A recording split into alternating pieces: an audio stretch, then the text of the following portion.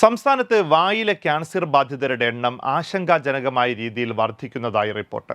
കേരളത്തിലെ മൊത്തം ക്യാൻസർ രോഗികളിൽ 10% വായ ക്യാൻസർ ബാധിച്ചവരാണെന്നാണ് കണക്കുകൾ സൂചിപ്പിക്കുന്നത്. ഇത് ദേശീയ ശരാശരിയായ 10.8%-അടുത്താണെന്ന് തിരുവനന്തപുരം നെടുമങ്ങാട് ഗവൺമെന്റ് ആശുപത്രിയിലെ ദന്തവിഭാഗം മേധാവി ഡോക്ടർ മിലി ജെയിംസ് വ്യക്തമാക്കി.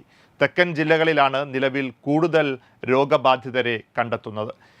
ലോകത്തെ വായ ക്യാൻസർ ബാധിതരിൽ 1/3 ഇന്ത്യയിലാണെന്നത് സ്ഥിതിയുടെ ഗൗരവം വർദ്ധിപ്പിക്കുന്നു. ഉത്തരേന്ത്യൻ സംസ്ഥാനങ്ങളിൽ പുകയില, പാൻപരാഗ് എന്നിവയുടെ അമിത ഉപയോഗമാണ് ഇതിന് പ്രധാന കാരണം. വായക്കകത്തെ വെളുത്ത പാടുകൾ, പല്ലുകൾ ഉരഞ്ഞുണ്ടാകുന്ന ഉണങ്ങാത്ത മുറിവുകൾ, വായ്പുണ്ണ് എന്നിവയാണ് പ്രധാന ലക്ഷണങ്ങൾ. കവിൾ, നാക്ക്, തൊണ്ട, ഊൻ എന്നിവിടങ്ങളിലേക്ക് രോഗം പ്രധാനമായും കണ്ടുവരുന്നത്. മറ്റ് ക്യാൻസറുകളെ അപേക്ഷിച്ച് വായയിൽ അണുബാധ വേഗത്തിൽ തലച്ചോറിലേക്കും ശരീരത്തിലേക്കും മറ്റു ഭാഗങ്ങളിലേക്കും പടരാൻ സാധ്യതയുണ്ട്. പ്രത്യേകിച്ച് നാക്കിൻ്റെ അടിഭാഗത്ത് രക്തയോട്ടം കൂടുതലായതിനാൽ ഇവിടെയുണ്ടാകുന്ന ക്യാൻസർ അപകടകരമാണ്. രാത്രി ജോലി ചെയ്യുന്നവർ ഉറക്കം ഒഴിവാക്കാൻ പുകയില ഉൽപ്പന്നങ്ങൾ ഉപയോഗിക്കുന്നത് രോഗം ക്ഷണിച്ചു വരുത്തുന്നതിന് തുല്യമാണെന്ന് ഡോക്ടർമാർ മുന്നറിയിപ്പ് നൽകുന്നു. വായ്പുണ്ണ് ദീർഘകാലം നിലനിൽക്കുന്നുണ്ടെങ്കിൽ ഉടൻ വിദഗ്ധ പരിശോധന നടത്തണം.